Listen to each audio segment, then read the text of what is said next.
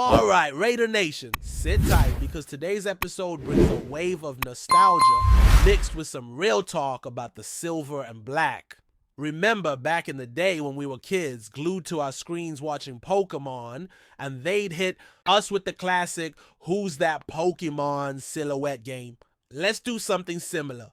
Who's that Raider we're talking about today? If you guessed Dylan Parham, you nailed it. And unfortunately, this isn't exactly the kind of spotlight he wants to be under. There's a real possibility the Las Vegas Raiders could move on from him this offseason. And while that might sound harsh, let's dive into why this scenario is gaining traction. To start things off, Dylan Parham has been a consistent name in the Raiders' offensive line for the past 3 seasons. He's played left guard, right guard, even filled in at center when needed. That kind of versatility isn't easy to find, especially in a young player who came into the league as a 4th-round pick out of Memphis. Back then, many believed he could eventually be the anchor of this offensive line. And honestly, he's done more than enough to earn respect as a legitimate NFL starter. But sometimes, especially in the NFL, respect doesn't always translate into job security, particularly when there's a new regime calling the shots. Right now, Parm is entering the final year of his rookie contract. That alone makes him a subject of trade speculation, especially with a coaching change shaking up the roster. Pete Carroll and new general manager John Spytek are in charge now. And with any new leadership comes changes in philosophy, in personnel, and in direction. That's already becoming evident with the signing of veteran guard Alex Cappa. Cappa, who previously played for the Bengals and the Buccaneers, was brought in on a relatively modest 2-year deal that looks more like a prove-it contract. Just $5 million for the first year. Yet despite the low-cost nature of the deal, reports already suggest he's the front-runner to start at right guard. That's significant because it's the exact position Parham held down last season. Let's be honest, when a guy with Parham's track record finds himself on the outside looking in, you've got to ask why. After all, this is a player who has battled through 3 different head coaches, 4 different offensive line coaches, and a revolving door of quarterbacks. He's shown up, started games, and played through the chaos that has defined much of the Raiders' recent seasons. He's racked up nearly 3,000 snaps across his 3-year career.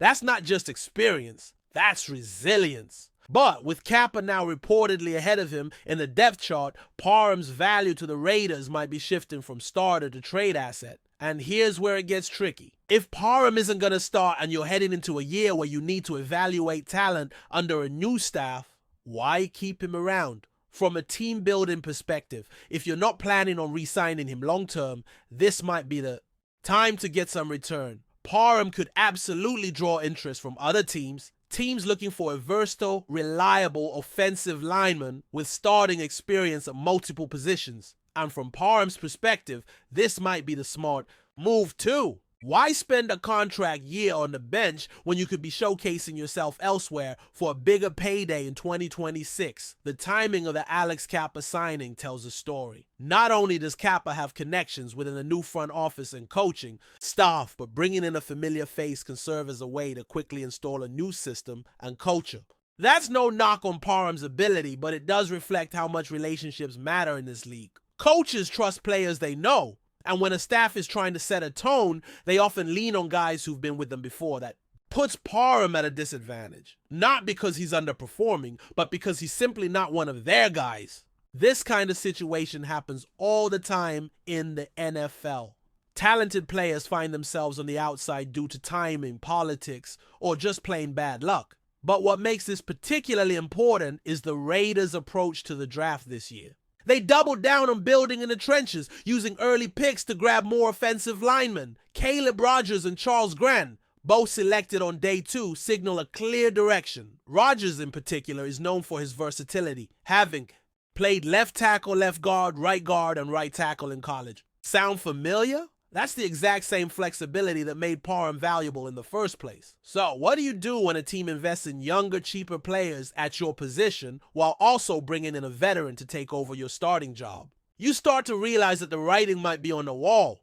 It doesn't mean Parham's career is in jeopardy, far from it, but it could mean his time in Las Vegas is winding down. That's why trade talks make sense. It's a business. And if the front office thinks they can get value for him before the season starts, or even closer to the trade deadline, you can bet those conversations are happening behind closed doors. Let's talk numbers for a second. Parham is on the books for just under $4 million this season. If the Raiders were to trade him, they'd save around $3.7 million in cap space and only eat a small amount in dead money, roughly $228,000. For a team always looking to stay flexible financially, that's not a bad deal. Plus, the team acquiring Parham would get him on a one-year low-risk contract. It's a classic prove-it setup for both sides. So when could a trade happen? There are a few windows that make sense. Post-June 1st is one of them, especially as teams start evaluating their rosters in minicamps and early training camps.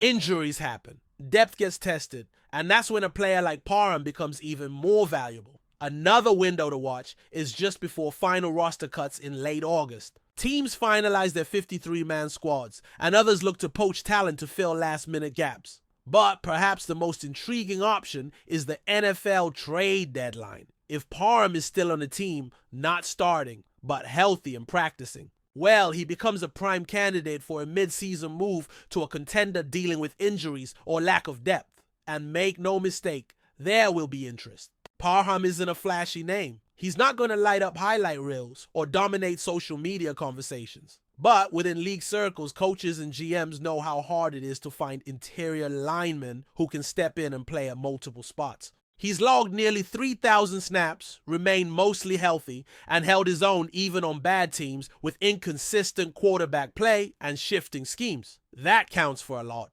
His career PFF grade last season was a solid 74.5 over 882 snaps. Yes, he allowed 36 pressures, a high number, but context matters. The Raiders' offense last year was disjointed at best, and Parham still managed to be one of the more stable pieces up front. His biggest weakness has always been strength, specifically the ability to anchor against powerful interior pass rushers. If he can bulk up a bit more this offseason, that could help mitigate that flaw.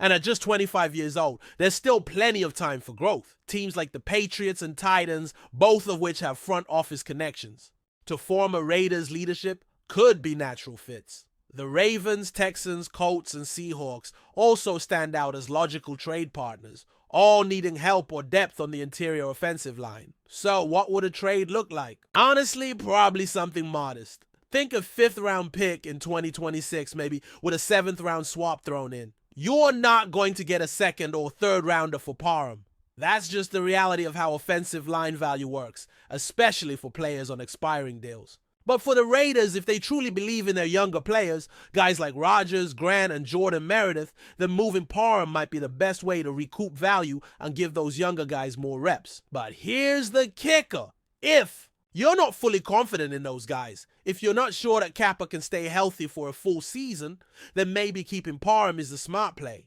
Because as much as fans and media talk about depth, nothing exposes a roster faster than a couple of injuries on the offensive line. Parham may not be your starter, but he could be your most important insurance policy. That's the kind of decision that separates playoff contenders from teams watching the postseason from home. The situation with Dylan Parham is complicated. It's about talent, timing, trust, and team-building philosophy. He's a player who's earned his place in the league but may be on the move simply because of a shift in direction. And in the NFL, that's often how careers take unexpected turns, not because of poor performance, but because the people in charge decide to go another way.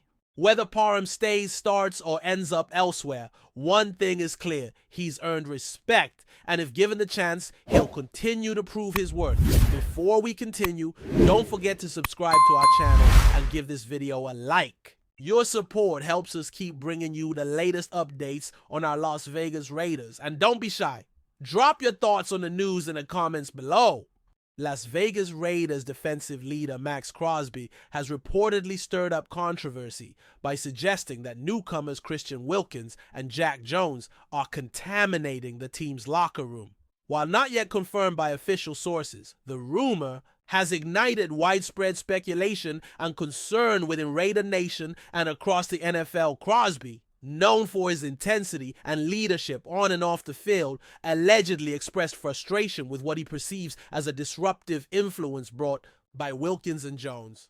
According to sources close to the situation, the star edge rusher believes the duo is negatively affecting the team's culture, discipline, and overall cohesion, a serious accusation considering the high expectations surrounding the Raiders this season. Christian Wilkins, a high-profile defensive tackle signed in free agency from the Miami Dolphins, was expected to bring both talent and veteran presence to the defensive line. Jack Jones, a cornerback with a fiery playing style and history of off-field issues, was added in hopes of strengthening a secondary that struggled last season. Both have made headlines in the past for their passionate, sometimes volatile traits that can either galvanize or fracture a team. If Crosby's remarks are accurate, this situation could hint at deeper issues within the Raiders' locker room.